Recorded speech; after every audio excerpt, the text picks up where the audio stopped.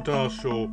Today I'm going to talk about Haxan, which is the notorious film from 1920s, which is directed by Benjamin Christensen and cost a fortune as a Swedish film. When Swedish always made more films than people thought they did. But this box set is beautiful. It came from Radiance. If you didn't get it when it first came out or pre-order like I did, you have not a chance getting this.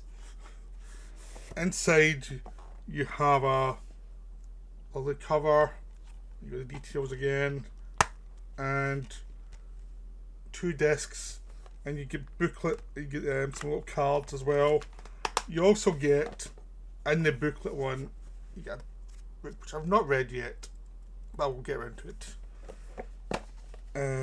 With a lovely cover here. There's nothing in the back. Now inside this box set you get 4 different versions, because there's been various versions of Haxan.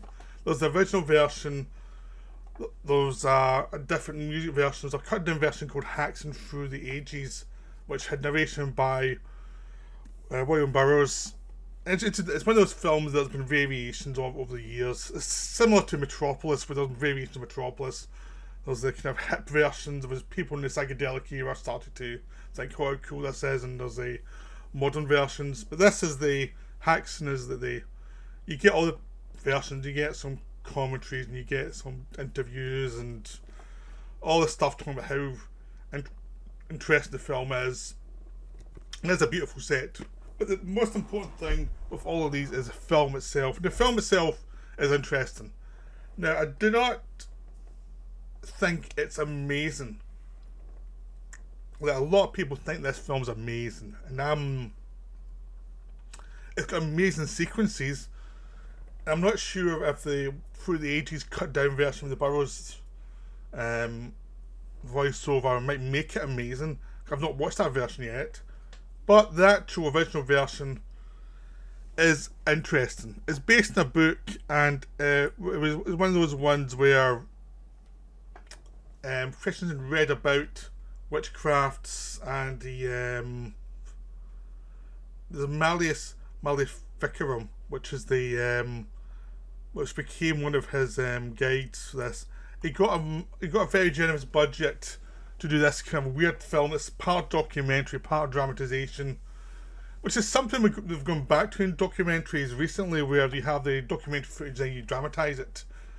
So it's so old fashioned, it's modern, and it works in some ways but doesn't work in other ways. So what the film's actually about is the human desire to create stories and to create myths that cause damage, and the idea of having very little information. So the film starts off showing you how humanity's evolved over time, like as a species, and the information we'd have and information they would misinterpret, because they only certain information, and a lot of it is wrong. So wrong information creates a culture that's superstitious and fearful, and jumps at the wrong information, which causes havoc with people to just create paranoia. It's something you see in cultures all the time, and something you've seen. You look at history, culture always seems to panic and create insanity. We're seeing it now. We've got the populists now, and some of the stuff they believe are crazy. But it's like, it's human nature. Human beings are crazy. There's nothing much you can do about that. I mean, look at the Trump stuff now. It's absolutely insane, and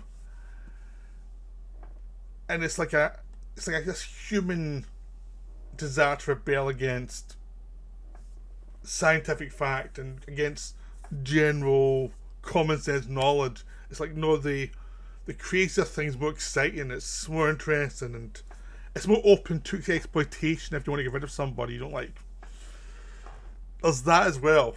So you should never ignore the human exploitation is something that is just within us. So this film, one of the great things this film does is it puts you in the atmosphere and the mindset of people who think this way. in a way that's actually theatrical and is overblown. The way that anything in film is overblown. I mean, film has 2 hours. Real life has years. There's a difference in how things will gradually develop within a human being, rather than the kind of mania you see in a film. But there's also, if you look at the Spanish Inquisition, there was mania. Human beings are great at mania. Things can kick off pretty quickly with human beings. Suddenly you're into a 3 or 4 year war where everyone's like, how did this actually start? What the hell happened to create this? And it's like, human beings can be astonishingly stupid. They can do crazy stuff, and that's what this film looks at, is the idea of what was the information that created witchcraft, beliefs in witchcraft, versus what we know now. And what we know now is 1920s, where the film ends, and their idea is what they're going into is Freudian theories, which is just as flawed as witchcraft theories in lots of ways. But it does look into the idea that people have damage in their psyches that cause behaviour that you could misinterpret as witchcraft. But the selling point of this film is not the humanity and all these theories about how this happened. The selling point is the visuals for the witchcraft. Because it's got a split soul where it wants to be an objective film about all of this, and look how horrible this was, and look how much damage it did. But the stuff you're waiting for is when everything gets crazy. And it really delivers. I mean, it's fully into the idea of the psychology of the time, of what people actually believed. They believed in witches, they believed in curses, they believed in how superstition could get wrapped around in people's heads into something that wasn't real. So what would begin as something that's just based on a habit or a little superstition that's viewed as harmless. Suddenly, it's quietly becomes going to the idea of belief in witches, like belief in you can have a potion that will make someone fall in love with you or something like that. And then slowly, gradually goes to someone's getting poisoned because they're in league. The person who did the poison is in league with the devil. And the devil is this thing to them. That's just this anti-God, anti-light, anti-humanity creature. That's also a creature of paganism, because paganism was what they replaced. So the Christians did not like pagans. The Christians hated pagan beliefs. So what became evil was paganism. I know paganism has a lot of flaws, but it became like the imagery of paganism became what was witchcraft, and it became the perfect way to attack people, to say you're evil. So the Christians could be like, we are pure, we follow the Bible, we do this, and all you free people who like things like sex and frolicking around and enjoying yourselves, you're evil, you're dealing with the devil. All of that's devil stuff.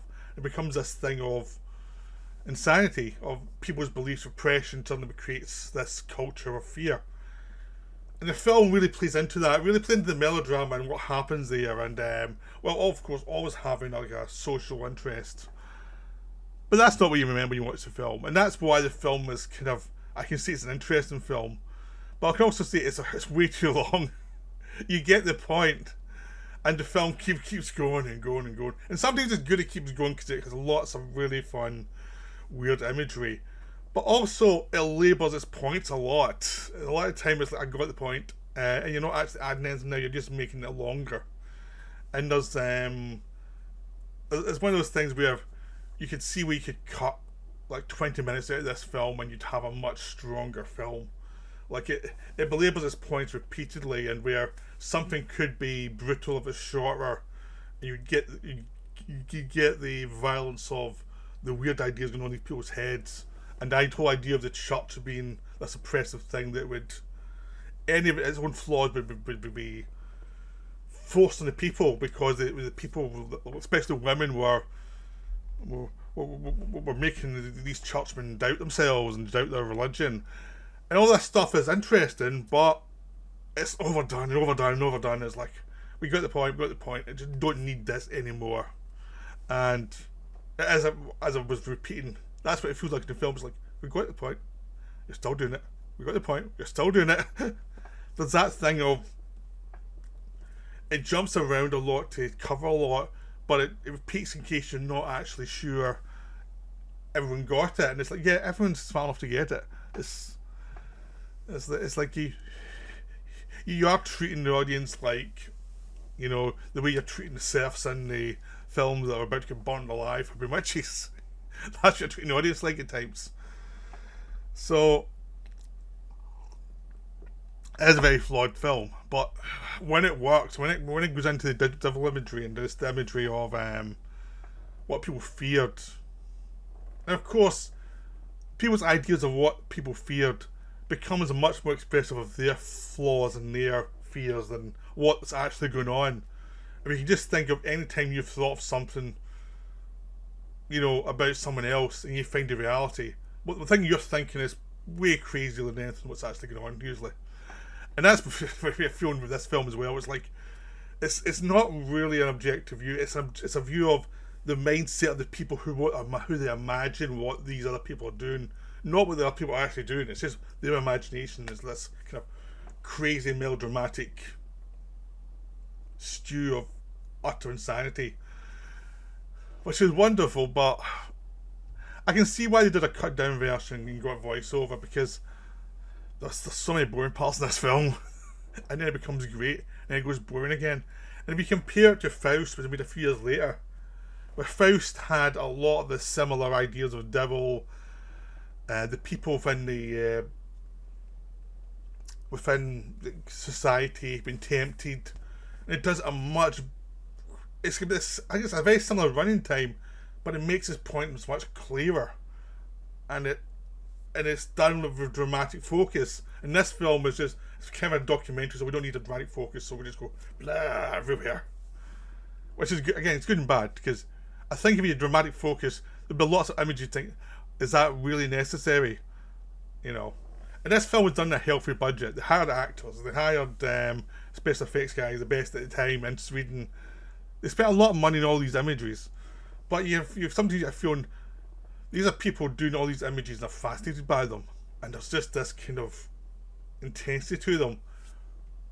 But it's just like you get to see the kind of crazy side of humanity and what locks into imagination more than you've seen anything to do with objective reality of the times. It's not an objective look at what these cultures were actually like. It's much more like this was the fear that went through their brains, and this was like probably kind of like a concentrated version of that fear, and this is what it was like when it exploded. But it wasn't like they've lived life generally. It was just like this is the crazy part. Because, and how can human beings understand the crazy part of something? Because we're all crazy. And it's quite easy to figure that stuff out, I'm afraid. We are a lunatic race. So yeah, this is a film about insanity. There are stuff later on saying about showing you what the actual probable psychological causes of a lot of these things, these illnesses that, like anxiety and depression, which would probably viewed as madness. Like, for instance, I would probably be viewed as someone's satanic cause of anxiety if I lived 400 years ago. But it's that thing of learning from those mistakes. But the problem is, in this film, the bit like we're meant to inspire you to this is the reality and this is what the fantasies were. The fantasies are much more interesting, and the set of the world's far more interesting. When you get to the bit that this is reality, it's like, who cares? I could not care less about that stuff. It's not interesting at all. I want to see the crazy witchcraft stuff. So that's the film. It's wonderful, but it's a bit boring. But definitely recommend you to go see it, because you will notice some of the images you won't see anything like, but you also have to sit through boring stuff. So that's me. I hope you enjoyed this video. I'll be back soon with another one.